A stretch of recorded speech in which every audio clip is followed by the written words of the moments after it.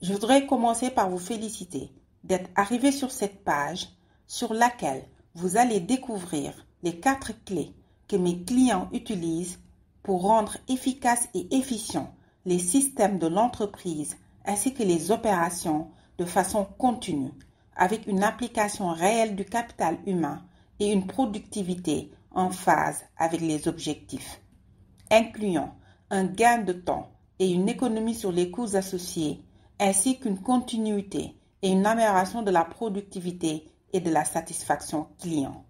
Mais juste avant, permettez-moi de me présenter brièvement.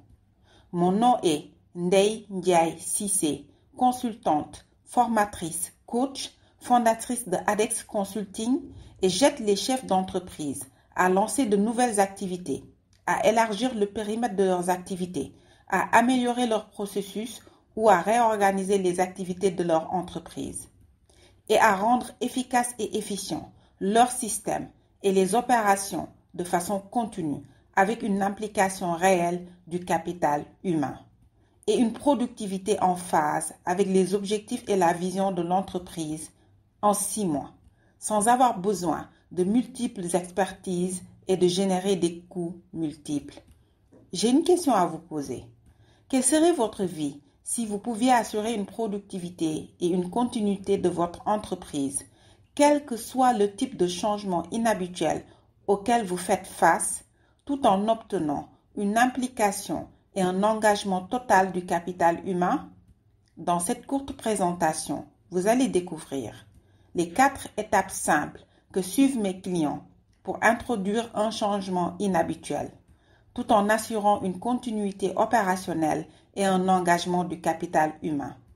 Si vous êtes comme beaucoup parmi les chefs d'entreprise, peut-être que vous aussi, vous vivez difficilement les changements opérationnels et organisationnels et n'arrivez pas à assurer l'implication du personnel et la continuité de la production. Vous vivez avec cette peur de ne pas pouvoir y arriver et de devoir abandonner votre activité. Les factures qui s'accumulent et les fournisseurs qui menacent de cesser livraison, les équipes qui ont du mal à faire tourner l'activité sans surveillance, le nombre de départs du personnel plus que dans la normale, créant un vide, ralentissant les activités, impactant la clientèle.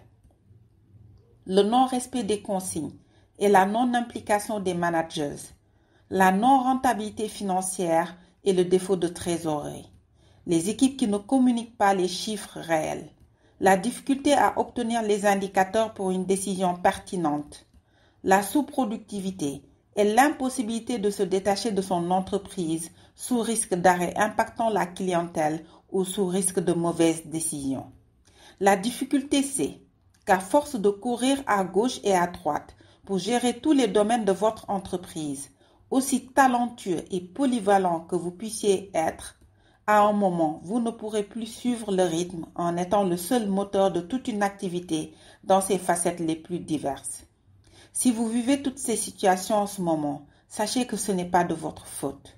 En réalité, vous avez été nourri par un certain culte du moi et de l'individuel. Qu'est-ce que j'ai bâti? Que suis-je devenu? Qu'ai-je pu réaliser? Qui vous pousse à finalement développer ce culte du moi, qui à un certain moment ne vous fait compter que sur vous-même et avoir confiance qu'en vous-même, au lieu de s'ouvrir aux autres et de bâtir autour d'un collectif qui permettra d'aller plus loin. Seul, on va plus vite, ensemble, on va plus loin. Vous ne pourrez plus alors aller plus loin et réaliser le plein potentiel de votre entreprise. Et au même moment, vous voyez que pour certains, tout semble être si facile. Vous les voyez avancer sur leurs plans et projets et faire tourner leur entreprise à la hauteur de leur vision et ambition, pendant que vous avez l'impression de faire du surplace. Et même si vous leur souhaitez tout le meilleur, vous finissez par ressentir un peu de mal-être face à leur réussite alors que cela ne vous ressemble pas. Vous commencez à vous remettre en question et à douter de vos capacités à y arriver à votre tour. Vous savez pourtant, au fond de vous, que vous aussi vous méritez d'obtenir ce qu'il y a de meilleur. Il y a donc 2 catégories de chefs d'entreprise. Ceux qui font tourner leur entreprise avec une implication du capital humain, quel que soit le type de changement inhabituel auquel ils font face, On les appelle les chefs d'entreprise productifs. Et ceux qui ont du mal et qui n'y arrivent pas jusqu'à risquer l'arrêt de leurs activités, on les appelle les chefs d'entreprise non productifs. Qu'est-ce que les chefs d'entreprise productifs qui obtiennent l'engagement de leur capital humain savent et que les autres ne savent pas encore? Les chefs d'entreprise productifs qui obtiennent l'engagement de leur capital humain savent et font 4 choses simples que les autres ne savent pas et donc ne font pas. Lorsque vous découvrirez et appliquerez les 4 étapes simples qu'utilisent les chefs d'entreprise productifs qui obtiennent l'engagement du capital humain, vous aussi, vous pourrez assurer la continuité de vos activités avec une réelle implication du capital humain. Vous n'aurez plus besoin de faire appel à de multiples experts pour vous assurer que vos activités tournent à la hauteur de votre vision et de vos ambitions, avec tous les coûts associés et la dépendance continue que cela implique.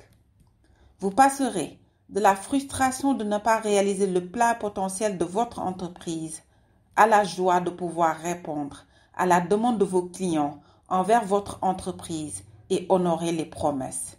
Et c'est exactement ce que j'ai vécu à mon niveau lorsque j'ai découvert et appliqué les 4 étapes simples pour rendre mon entreprise productive. Avant cela, malgré mes plus de 15 ans de riches et solides expériences pratiques au sein d'une grande multinationale, au sein de l'opérationnel et de la direction élargie, lorsque j'ai démarré l'entrepreneuriat il y a quelques années de cela en lançant mon propre business, je me suis retrouvée à gérer énormément d'aspects financiers, opérationnels, commerciaux, de marketing, sans en avoir forcément à l'époque toute l'expertise nécessaire et tout en devant assurer en parallèle de la production. J'ai commencé à me former, à pratiquer, mais j'ai fait face aux défis, difficultés, à la situation sanitaire internationale.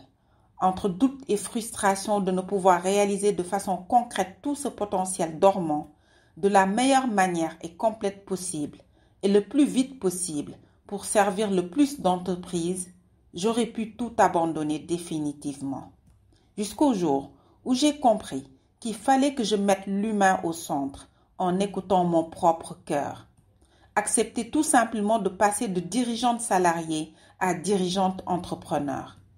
Et pour ce faire, anticiper le changement, m'adapter et le dépasser.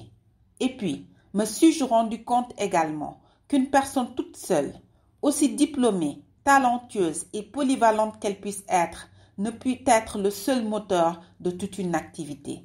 Du moins, si elle désire que cette activité se développe à hauteur de sa vision et de ses ambitions.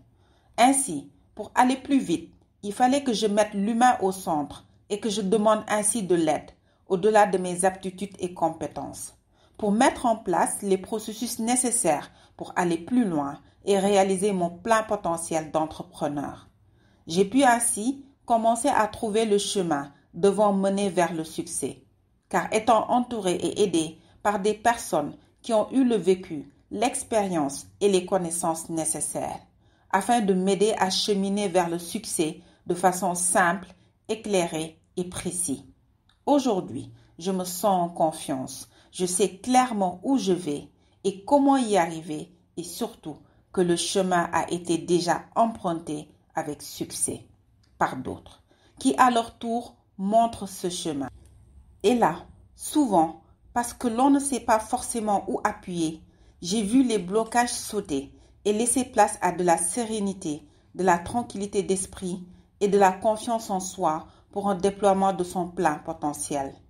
Et ce chef d'entreprise, il en existe tous les jours, celui qui, au-delà de toutes ses compétences techniques pures, n'a ni tout le vécu pour s'occuper de l'établissement des systèmes de son organisation de façon simple et sans perdre de longues années, encore moins le temps de faire de multiples formations et qui se retrouve finalement dans l'impossibilité de déployer son plein potentiel et de faire décoller son entreprise à la hauteur de ses capacités, de sa vision et de ses ambitions. Je suis bien passé par là et je comprends toutes les peurs, les doutes et les frustrations lorsqu'on a le potentiel mais que l'on a du mal à réaliser ses rêves. Et c'est pourquoi aujourd'hui, j'ai créé une méthode de transformation organisationnelle basée sur toutes mes expériences de 18 ans, dont plus de 15 ans au sein d'une grande multinationale pour la mettre au service des chefs d'entreprise qui aspirent à introduire le changement au sein de leur entreprise. Que cela soit le lancement d'une nouvelle activité, l'élargissement du périmètre de leurs activités, l'amélioration de leurs processus ou la réorganisation de leurs activités. Et passer d'une situation d'anormalité, de non-productivité, à une situation de normalité, de productivité, tout en assurant une continuité opérationnelle et en faisant tourner leur processus efficacement avec une réelle implication de l'humain, du capital humain. Il s'agit d'une méthodologie complète et simplifiée autour de 4 phases claires, faciles à suivre. C'est le parcours de transformation, l'ABCD du changement, et vous allez pouvoir le découvrir dans un très court instant. À présent, je vais donc vous révéler les 4 étapes de cette méthode qu'utilisent les chefs d'entreprise productifs. Étape numéro 1, recadrage et diagnostic. La plupart des chefs d'entreprise pensent que pour que le personnel sache ce qu'il faut faire ou dire, il faut que vous le lui disiez. Il ne peut pas le savoir et prendre les décisions qu'il faut sans le chef d'entreprise. Par conséquent, il n'implique donc pas le capital humain qui devient tout simplement un simple exécutant. Quelle que soit sa compétence et ses potentialités, il n'apporte presque aucune part de créativité à l'entreprise. Cela me fait penser à la situation suivante. Imaginez, lorsque vous démarrez un sport, au début, cela va vous sembler difficile et sûrement vous n'allez pas y arriver du premier coup. Mais au fur et à mesure, jour après jour, vous allez développer votre capacité physique et surtout y prendre de plus en plus goût et trouver cela moins difficile. Je ne crains pas un homme qui a pratiqué 10 000 coups une fois, mais je crains l'homme qui a pratiqué un coup 10 000 fois. Bruce Lee. Selon les instruits en la matière, pour intégrer un changement, il suffit de persévérer durant 30 jours quotidiennement ou 30 fois pour les tâches à intervalles. Vous avez sûrement rencontré ce travailleur, calme et silencieux, qui n'interagissait pas. Mais un jour, par concours de circonstances, vous vous intéressez à lui et à ce qu'il fait. Et alors, vous découvrez une personne intelligente, pleine d'idées et qui n'a jamais osé les donner tout haut. Les personnes ont peur de donner leur opinion, par manque de confiance en eux, assez bons, assez intelligents, par peur d'être contre le groupe, besoin d'appartenance. Pensée complexe, issue d'un haut potentiel intellectuel, peur de ne pas se faire comprendre et de passer pour compliqué, hors sujet. Étape numéro 2, réajustement et alignement. Des chefs d'entreprise pensent qu'il faut une multitude d'indicateurs de performance pour aboutir à une prise de décision fiable. Par conséquent, les indicateurs se démultiplient et finalement, ils desservent plus la rapidité de la prise de décision qu'ils ne la servent, en ayant la particularité d'occuper inutilement, pour la plupart, le capital humain qui en a la charge. Vous avez sûrement vu tous ces longs indicateurs, très beaux, très bien faits, mais qui sont tellement longs et compliqués à avoir qu'il faudrait 30% du temps de travail mensuel pour les rassembler et souvent avec des erreurs dans les reports. Ce seront de beaux tableaux qui occuperont les bureaux des ordinateurs et souvent synthétisés et préparés, mais qui ne serviront souvent que de meubles et dont beaucoup ne comprendront bien souvent pas l'utilité, et qui resteront la plupart du temps non exploités. Voici ce que vous devez comprendre. Trouver les indicateurs les plus pertinents, fiables et faciles à calculer vous permettent d'obtenir des données fiables et récurrentes au moment requis, et finalement aboutir à une prise de décision fiable et à temps. Ce n'est pas la quantité qui importe, mais bien la qualité. Étape numéro 3, ressourcement et production. Certains chefs d'entreprise pensent que tout seul, le capital humain ne peut rien faire, sans qu'on lui dise quoi faire et comment le faire au travers de processus. Seuls les processus permettent de faire tourner l'entreprise. Cela engendre l'élaboration de processus décalés de la réalité du terrain qui vont être imposés aux équipes de terrain, qui n'ont d'autre choix que d'essayer de les mettre en œuvre, avec tout l'effort physique additionnel nécessaire déployé en conséquence. Et donc lesquels process finissent souvent par ne plus être appliqués en réalité. Un décalage entre ce qui est imposé et ce qui est réellement exécuté. En réalité, c'est le capital humain qui fait tourner les processus qui font tourner l'entreprise. Vous devez impliquer le capital humain dans le cadre de la définition des processus qui seront faits, de sorte à pouvoir être appliqués par ce même capital humain qui en deviendra le moteur. De façon pratique, ils savent mieux ce qui se passe sur le terrain et comment y arriver de façon pragmatique et simple. Ne vous est-il pas arrivé d'interroger un opérateur de terrain sur comment il voyait son travail et qu'est-ce qu'il devait faire pour l'améliorer? Les réponses pertinentes, simples et pragmatiques que vous avez reçues et auxquelles vous n'aviez pas pensé, et démontrant qu'il connaissait son métier, ayant passé de longues heures, mois et années à faire la même chose souvent. Rapidement, ils peuvent savoir ce qui peut marcher ou pas et proposer les suggestions. Je me rappelle encore de cet ancien expérimenté du terrain, moins gradé, qui, malgré mon diplôme d'ingénieur fraîchement obtenu, a su rapidement me montrer comment vider ce réservoir d'hydrocarbures en moins de temps possible en respectant les règles de sécurité. Ce qui m'a évité les retards et de devoir me plonger dans de la documentation pendant de longues heures, voire des jours. J'ai pu par la suite apporter en équipe les améliorations qu'il fallait, toujours dans les équipes, dans un esprit d'équipe et surtout en impliquant les équipes. Étape numéro 4. Mouvement d'ensemble et synchronisation. Certains chefs d'entreprise pensent qu'il suffit de former le personnel pour qu'il exécute son travail en accord avec les attentes, ce qui donne lieu à l'établissement et à l'exécution de plans de formation. Mais malheureusement, l'engagement des équipes n'est pas au rendez-vous. Ce qu'il faut comprendre, c'est que un capital humain formé mais qui ne s'intéresse pas à son travail ne le fera pas bien ou ne le fera pas complètement.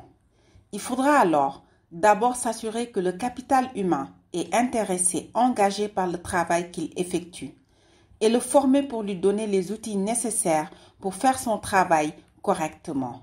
Selon une étude de PwC, les employés engagés fournissent plus de 50% plus d'efforts dans leur travail.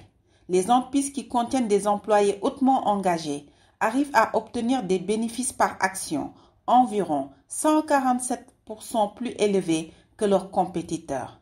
Ne vous est-il pas arrivé de croiser ce collègue, employé, qui est tellement compétent quand il le veut, mais qui ne fait ce qu'il doit faire que quand on le pousse, on le suit, à la limite, on le surveille en continu?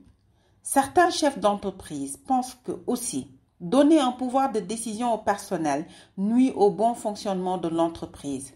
Toutes les décisions sont ramenées à leur niveau, ce qui crée une vraie lourdeur au sein de l'entreprise, chaque nouvelle action devant attendre la validation du chef pour être mise en œuvre. La mise en place de processus clairs, laissant un certain degré d'autonomie aux équipes, permet à l'entreprise de fonctionner en continu, tout en préservant les décisions capitales, chaque niveau de responsabilité connaissant son rôle et son niveau de latitude. Il y a aussi les chefs d'entreprise qui pensent que le changement est source de dysfonctionnement à coup sûr. L'on redoute les changements et les initiatives nouvelles dans le sens du développement de l'entreprise ne sont pas les bienvenues car trop risquées. L'entreprise reste ainsi conservatoire et rate les opportunités d'évolution. Il faut savoir que le changement se gère comme toute autre activité et des techniques concrètes applicables existent pour cela.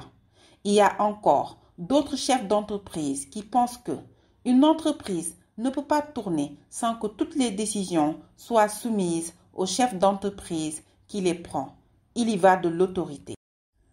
Le personnel délaisse alors toute prise d'initiative et ne fait plus qu'exécuter les ordres sans faire appel à ses connaissances, compétences et capacités de raisonnement. Le fait de laisser une certaine autonomie de décision au personnel laisse place à de la créativité et de la prise d'initiative, tout en permettant au personnel de se sentir exister au travers de leurs responsabilités. L'entreprise y a tout à gagner et le développement de l'entreprise servira d'ailleurs l'autorité qui sera vue moins comme un chef et plus comme un leader. Nous avons vu qu'impliquer le capital humain permet à l'entreprise de déployer une meilleure inventivité grâce à des employés qui apportent leurs contributions et idées, ce qui augmente par ailleurs leur sentiment d'appartenance et donc leur motivation. Que les indicateurs n'ont pas besoin d'être kilométriques mais pertinents, fiables et faciles à calculer pour alimenter à temps opportun la prise de décision. Que derrière les processus se trouve l'humain qui fait tourner les processus, lesquels processus font tourner l'entreprise. Que l'engagement et la motivation dans son travail permettront au capital humain de fournir la bonne dynamique de travail et de contribuer ainsi à la rentabilité de l'entreprise bien au-delà du simple fait d'être compétent et formé. Waouh! Cela fait beaucoup de contenu très riche.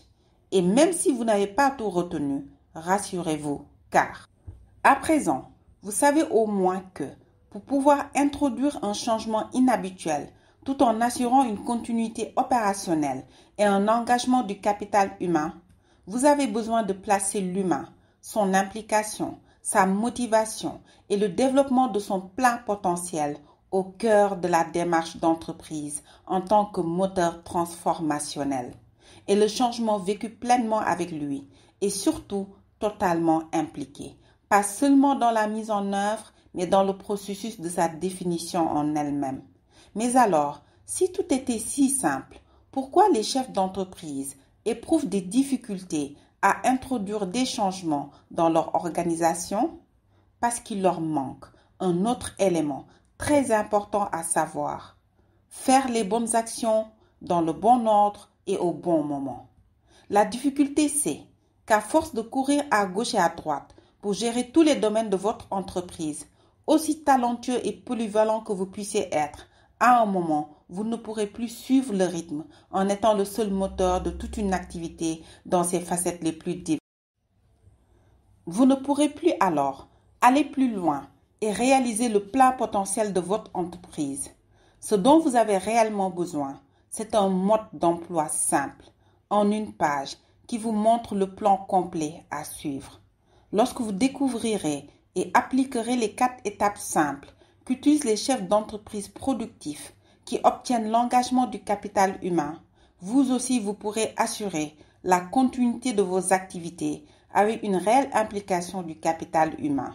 Vous n'aurez plus besoin de faire appel à de multiples experts pour vous assurer que vos activités tournent à la hauteur de votre vision et de vos ambitions, avec tous les coûts associés et la dépendance continue que cela implique.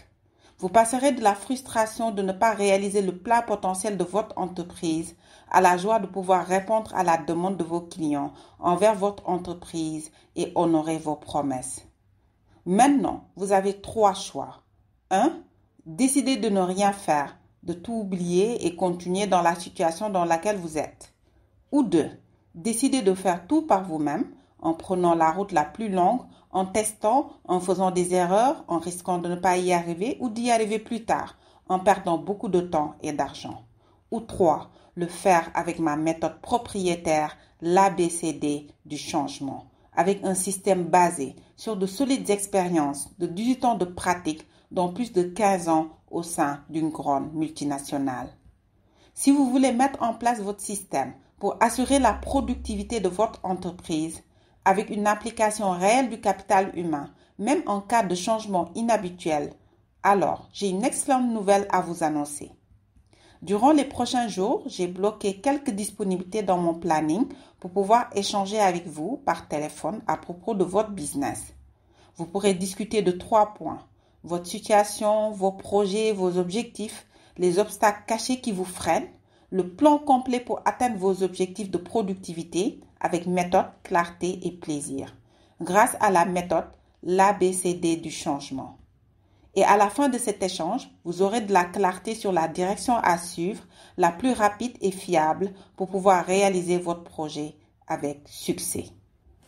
Ce sera certainement l'une des conversations les plus rentables que vous aurez eues cette année à propos de votre entreprise. L'autre excellente nouvelle, c'est que cette session est offerte. Alors, cliquez maintenant sur le bouton pour pouvoir réserver une session téléphonique. Mais attention, cette invitation n'est pas pour tout le monde et s'adresse à vous si vous êtes chef d'entreprise dans une activité opérationnelle avec une équipe et vous faites face à un changement inhabituel, voire difficile. Dans le cadre du lancement d'une nouvelle activité, de l'élargissement du périmètre de vos activités, voire de l'amélioration de vos processus ou de la réorganisation des activités de votre entreprise. Vous avez déjà donc un business déjà existant et sérieux. Vous êtes dans le secteur de l'ingénierie, du pétrole et énergie, de la logistique et de l'industrie. Vous avez un vrai désir de servir les clients au travers de la productivité de votre entreprise. Vous avez des critères d'excellence, exigeants, engagés et sérieux. En revanche, elle ne s'adresse pas à vous si vous êtes à la recherche de la pilule magique ou du prochain objet brillant à la mode, vous n'avez aucune intention d'aider les autres, vous n'êtes pas prêt à agir, à vous engager et à sortir de votre zone de confort. Si vous voulez propulser votre entreprise au niveau supérieur et que vous pensez remplir ces critères, alors cliquez maintenant sur le bouton pour réserver votre session téléphonique offerte. Important, j'insiste sur le fait que mes disponibilités sont limitées puisqu'il s'agit bien de sessions individuelles. Les premiers arrivés seront donc les mieux servis. Donc, si vous voulez vraiment savoir comment ce système pourrait s'appliquer dans votre situation, alors cliquez maintenant sur le bouton pour réserver votre session téléphonique offerte.